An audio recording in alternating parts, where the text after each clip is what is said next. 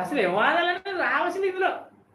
మరి క్రీస్తు సంఘంలో అంటే వివాదాలు బోల్డ్ వస్తున్నాయి, అస్సలు సహించలేకపోతున్నారండి. బాగా అంటే సహనం లేని వారు ఎవరంటే భూమండలం మీద క్రీస్తు సంఘమా అన్నట్టు ఉన్నదండి. అలాగే ఉండలేదు, సహించట్లేదండి అసలు. చిన్నదాన్ని కూడా ఒప్పుకోవట్లేదు.